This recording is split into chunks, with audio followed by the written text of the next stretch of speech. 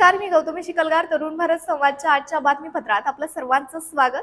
कोल्हापुरातील देवाऱ्यात हात साफ करणाऱ्या महिलेला लक्ष्मीपुरी पोलिसांनी अटक केली आहे. हातकणंगले ते कुंभोज मार्गावरील अपघातात 25 वर्षीय तरुणाचा मृत्यू झालाय आणि रंकाळा पदपथावर पाहायला मिळालेली मैत्रीची एक अनोखी गोष्ट पाहूयात. यासह जिल्ह्यातल्या महत्त्वाच्या घडामोडींचा सविस्तर आढावा. गेल्या 2 महिन्यांपासून कोल्हापुरातील शुक्रवार पेठ आणि उत्तरेश्वर पेठ परिसरात गरफोडीचे सत्र वाढलं होतं. भर दिवसा घरात घुसून देवाऱ्यातल्या चांदीच्या मूर्ती चोरणाऱ्या मानसी खरे या महिलेला पोलिसांनी सीसीटीव्ही फुटेजच्या आधारे अटक केली आहे. पोलिसांनी या महिलेकडून 3 लाखांच्या चांदीच्या मूर्ती जप्त केल्यात. तिने 3 गुन्ह्यांची कबुली सुद्धा यावेळी दिलेली आहे. हातकणंगले ते कुंभोज मार्गावर एका दुचाकीची रस्त्यालगतच्या लॉजच्या फलकाला धडक लागून भीषण अपघात झालाय. या अपघातात सौरभ गाझी या 25 वर्षीय तरुणाचा जागीच मृत्यू झाला. तो दुधगाव येथील रहिवासी होता. अपघाताची ही सर्व थरारक घटना सीसीटीव्ही कॅमेऱ्यात कैद झाली असून हातकणंगले पोलिसांनी याची नोंद घेतली. खासदार धनंजय महाडिक यांच्या पाठपुराव्यामुळे 29 मार्च पासून कोल्हापूर मुंबई हवाई मार्गावर आठवड्यातील 7ही दिवस सकाळी आणि संध्याकाळी अशी दुहेरी विमान सेवा सुरू होत आहे. याबाबत खासदार महाडिक नेमकं काय म्हणाले ते पाहूया. कोल्हापूरकरांची अनेक वर्षाची जी इच्छा होती की कोल्हापूर मुंबईशी जोडलं जावं. एक विमानसेवा सध्या सुरू आहे स्टार एअरलाईन्सची, परंतु ती दिवसातून एक वेळ होती.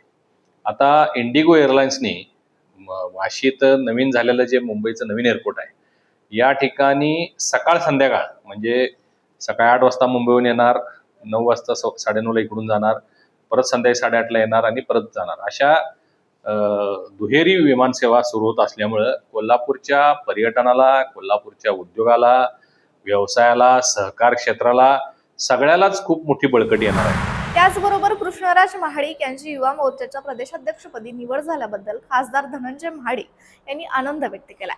कृष्णराज हा होतकरू युवक असून ही त्याच्या भाग्याची गोष्ट असल्याचं धनंजय महाडिक यांनी म्हटलंय. कृष्णराज महाडिक हा एक होतकरू युवक आहे.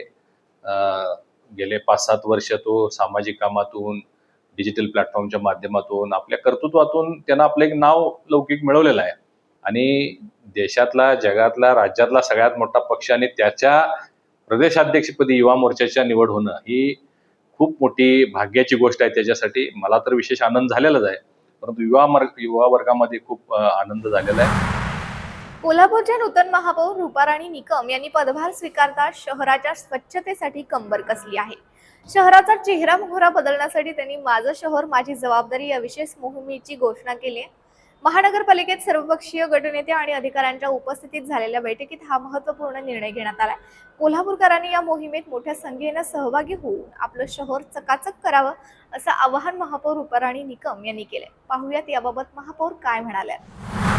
माझं शहर माझी जबाबदारी याची जाणीव मला आणि सगळ्याच कोल्हापूर शहरातील नगरसेवकांना असल्यामुळे आज आम्ही यासाठी प्रेस घेत आहोत की सर्वप्रथम कोल्हापूर शहर स्वच्छ या अनुषंगाने माझं शहर माझी जबाबदारी भाग 1 या अनुषंगाने आम्ही येणाऱ्या 27 तारखेला एक सगळ्या कोल्हापूर शहरातील लोकांना आव्हान देऊ इच्छिते की कोल्हापूर शहर स्वच्छ करण्याच्या दृष्टिकोनातून आम्ही 27 तारखेला सकाळी 7 वाजल्यापासून संध्याकाळपर्यंत 1 टाईम सगळे आरोग्य अधिकारी, सगळे आरोग्य कर्मचारी, तसेच काही संघटना ज्याच्यामध्ये रोटरियन्स असतील, जायंट्स क्लब्स असतील, यांच्या अनुषंगाने एक 2000 लोक 1 टाईम कोल्हापूर शहराच्या स्वच्छतेसाठी उतरणार असून त्याच्यामध्ये सगळ्यात पहिल्यांदा सगळे फुटपाथ क्लीन केले जातील.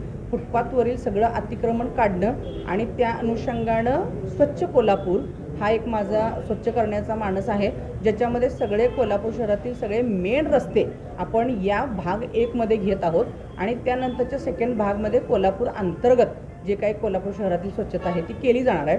आणि याच मोहिमेमध्ये प्राधान्याने कोल्हापूर शहरातील जे काही डिवायडर्स आहेत ज्याच्यावरती अतिशय विचित्र पद्धतींची व्यवस्था बोगनवेलची आहे ते काढणं आणि त्या ठिकाणी चांगल्या CSRमधून काही अशा कंपन्यांशी टाईप करून त्या ठिकाणी चांगल्या पद्धतीचे सुशोभित हिरवेगार असे छोटे छोटे श्रग वगैरे आपण त्या ठिकाणी लावणार आहोत. शिरोळ तालुक्यातील अर्जुनवाड इथं सांडपाणी सोडणाऱ्यांवर कारवाई करण्यासाठी ग्रामस्थांनी आक्रमक पवित्रा घेतला आहे. प्रदूषण मंडळाचे अधिकारी डॉक्टर रोहितदास मातकर यांनी नमुने तपासण्याचं आश्वासन दिलं, मात्र ठोस कारवाई हवी या मागणीवर ग्रामस्थ ठाम राहिलेत. यावेळी सांडपाणी प्रक्रिया प्रकल्प तातडीनं कार्यान्वित करण्याची मागणी सुद्धा ग्रामस्थांनी केली. वाटे वसाहतीतील शक्ती प्रोसेस आणि बालाजी प्रोसेसचं पाणी थेट कृष्णा नदीत अर्जुनवाडच्या जाकवेलच्या जवळ मिक्स होत होतं. 399 काय गेल्या 20 वर्षापासूनचा हा शक्ती प्रोसेस आणि या लोकाकिवाटी इंडस्ट्रीमधल्या प्रदूषणाचा विषय आहे. यामध्ये बऱ्याच लोकांनी आतापर्यंत प्रयत्न केले, पण अजूनही ह्या प्रोसेसमधलं पाणी थेट लोकांच्या घरात चाललं आहे आणि लोकांच्या घरात घरोघरी कॅन्सरचे पेशंट आज आमच्या महाराष्ट्रात जर बघितलं तर शिरोळ तालुक्यामध्ये कॅन्सरचे पेशंट जास्त आहेत आणि शिरोळ तालुक्यातलं बघितलं तर अर्जुनवाड गावा ठिकाणी सगळ्यात जास्त कॅन्सरचे पेशंट आढळून येत. ह्याला कारणीभूत हे सांडपाणी आणि हे प्रदूषित पाणीच लोकांच्या घरात पिण्यासाठी जातं. ऐतिहासिक कुस्त्यांचं मैदान असलेल्या खासबाग मैदानाच्या दुरुस्तीचं काम रखडल्यानं कृती समिती, मनपा आणि हेरिटेज कमिटीचा निषेध व्यक्त केलाय. हे काम लवकरात लवकर पूर्ण करावं अशी मागणी यावेळी करण्यात आली. लाटणाऱ्या प्रशासनाचा छत्रपती शाहू महाराजांच्या ऐतिहासिक वस्तूंचं नामशेष करणाऱ्या प्रशासनाचा धिक्कार असो प्रशासनाचा धिक्कार असो. दर मंगळवारी तरुण भारत संवादच्या माध्यमातून आपण राऊंड टेबल या विशेष चर्चासत्राचं आयोजन करतो. यामध्ये राज्य आणि कोल्हापूर जिल्ह्यातील विविध ज्वलंत प्रश्न, सामाजिक समस्या आणि त्यावरील उपाययोजनांवर सखोल चर्चा केली जाते. याच उपक्रमाअंतर्गत आज कोल्हापूर शहरातील स्मशानभूमींची सद्यस्थिती काय या विषयावर सविस्तर चर्चा पार पडली आहे. अंत्यविधीसारख्या दुःखद प्रसंगी सुद्धा लाकूड आणि शेणी मिळवण्यासाठी सर्वसामान्यांना जी मोठी धडपड करावी लागते त्याकडे आजच्या राऊंड टेबलमध्ये लक्ष वेधण्यात आलंय. त्याचबरोबर शहरात उपलब्ध असलेल्या विद्युत दाहिनींचा सुद्धा वापर करण्याबाबत लोकांमध्ये अजूनही असलेली जुनी मानसिकता आणि त्यामागील कारणे यावरही आजच्या सत्रात सकारात्मक मंथन झालं. स्मशानभूमीतील या समस्यांवर प्रशासनाने आणि समाजाने कशा प्रकारे काम करणं गरजेचं आहे यावर आजच्या राऊंड टेबलमध्ये महत्त्वपूर्ण उपाय सुचवण्यात आले आहेत. लोकसंख्या वाढलेली आहे, दाटीवाटी झालेली आहे आणि आपल्याकडे आधुनिक पर्याय उपलब्ध आहे. त्यामुळं परिवर्तनाच्या दिशेनं कोल्हापूरनं पाऊल टाकणं अत्यंत गरजेचं आहे. कोल्हापूरच्या रंकाळा पदपथावर दररोज दिसणारी एक मित्रमंडळींची गँग सध्या चर्चेचा विषय ठरते. या गँगच्या सदस्य असलेल्या रणजित ओतारी या तरुणाची दृष्टी नियतीने हेरावून घेतली, पण त्याचे 18 मित्र दररोज त्याचे डोळे बनवून त्याला सगळीकडे सोबत घेऊन फिरतात. फिरायला जाणं असो किंवा मिसळ पार्टी, मैत्रीची काळजाला भिडणारी ही गोष्ट पाहूयात नेमकी कशी आहे. रणजितला थोडं थोडं दिसते ना, मग समोर इर्टिका दिसली म्हणजे गेला इर्टिका दार उघडलं आणि आत कोण व्यक्ती होती त्याला हो सरका जरा आणि असं बसायला लागलं. असा जोरदार सुपला शॉट आला.